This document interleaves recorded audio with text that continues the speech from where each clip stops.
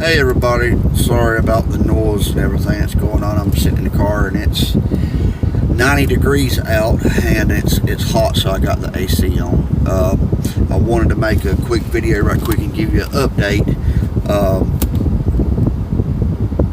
I have a real good friend that works, well his wife works at the hospital. I'm not going to call no names, but anyway, he texted me and called me earlier and told me that we have 6 confirmed cases in Coffee County, and they're waiting for tests results to come back. They got 4 more tests after the 6. 3 are hospitalized and 3 are quarantined in their home as of right now. And also, he works with he works for the county jail. He's one of the nurses. I'm not going to say what county because realistically it could get him in real bad trouble. So I'm not gonna comment on where he works or what his name is, but this is real. It's not fake news or anything like that. Matter of fact, I don't think it's even come out yet. So I want to let everybody know, this is serious. People of Coffee County need to take this seriously. For a while, everybody was taking it seriously. Kids were staying in their yards, not riding up and down the roads.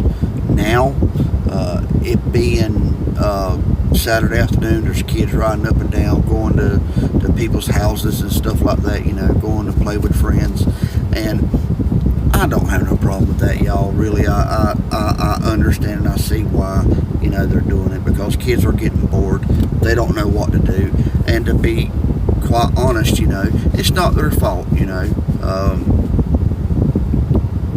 to be, jailed up and even in their front yard, not being able to play with friends. But I'd rather them be miserable right now than to catch this deadly virus and get sick. So my wife is right here. She's fixing to hop in and talk some more about it. But people in Coffee County need to start taking this seriously. People in Coffee County are not taking this serious. I mean, come on, people have died. Yeah, I seen them. I mean, come on, do you not care about your children? Do you not care about their welfare? I mean, kids are getting this too. I mean, I don't understand. I don't get it. I don't get it. New York City hospital worker died this morning from corona. New York City. A nursing manager at Manhattan Hospital. There you go.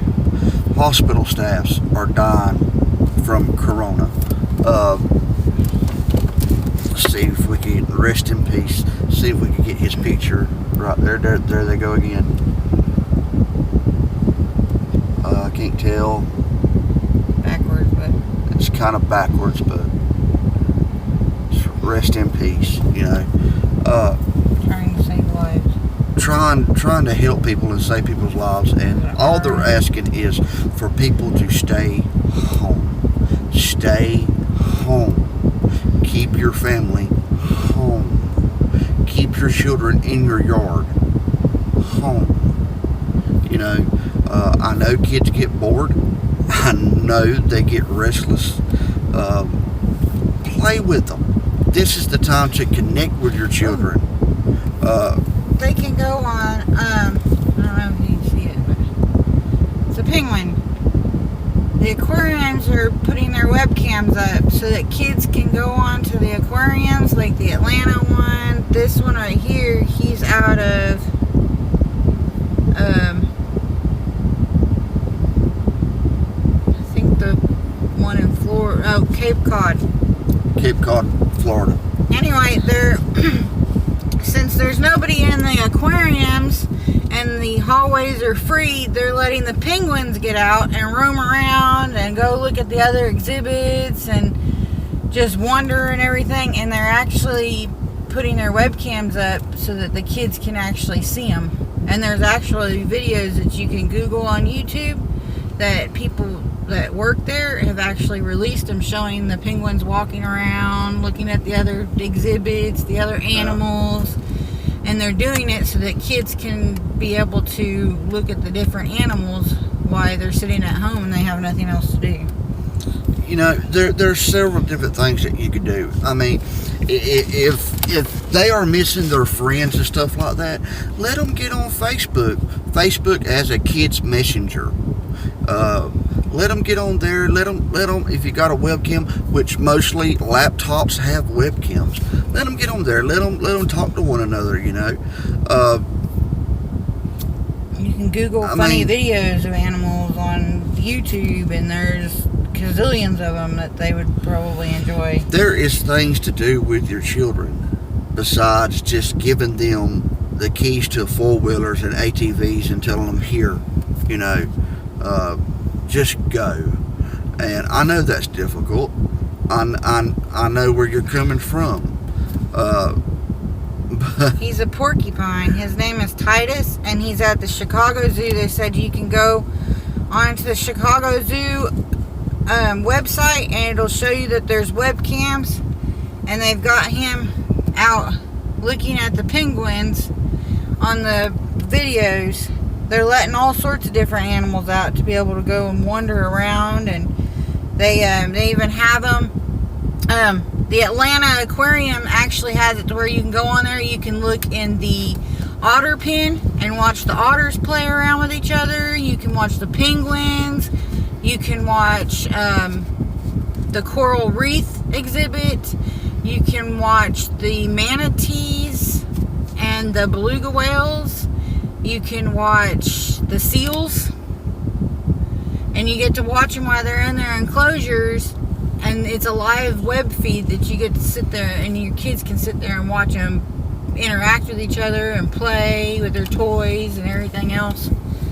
And they started doing it so that kids had something to be able to watch and do during the day, because some parents are actually taking it seriously and keeping their kids inside. So it gives them something to do besides just watch cartoons and stuff on TV. You know, there is things out there to do with your children if parents would just take the time to do it.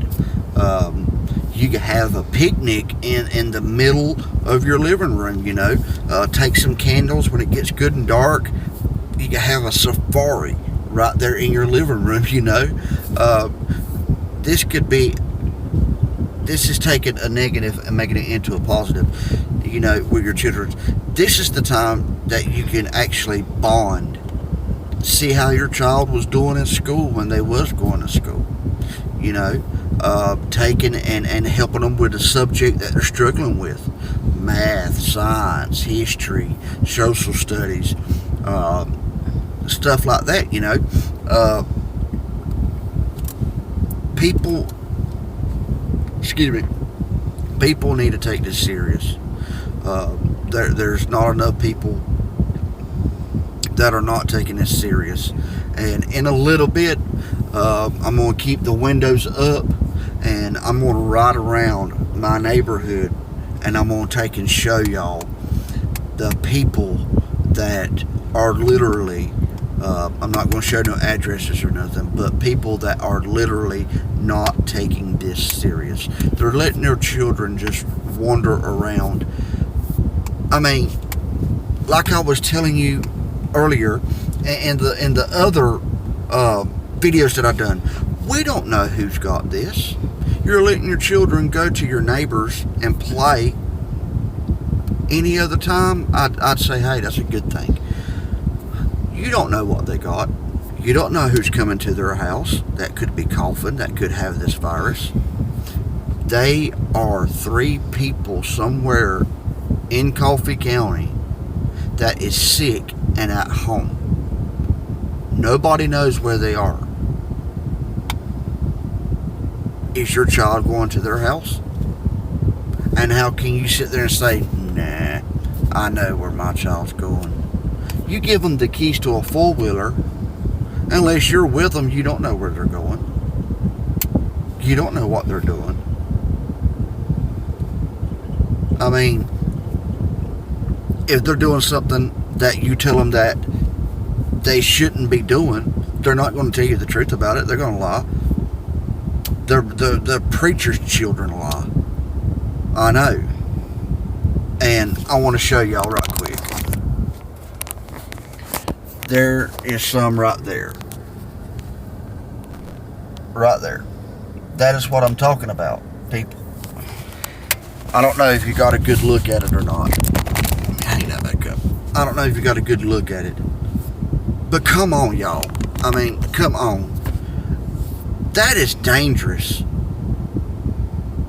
I mean, I don't understand.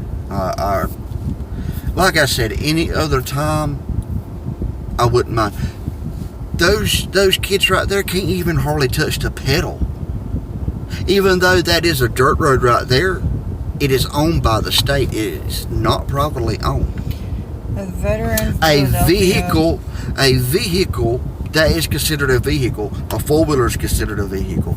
You have to have license, insurance, lights. If you're driving on the road. If you're driving on the road. This is a road, even though it is dirt. They're not supposed to be driving anyway. A lot of people, a lot of deputies look over it. Because one thing, they're not really hurting nobody.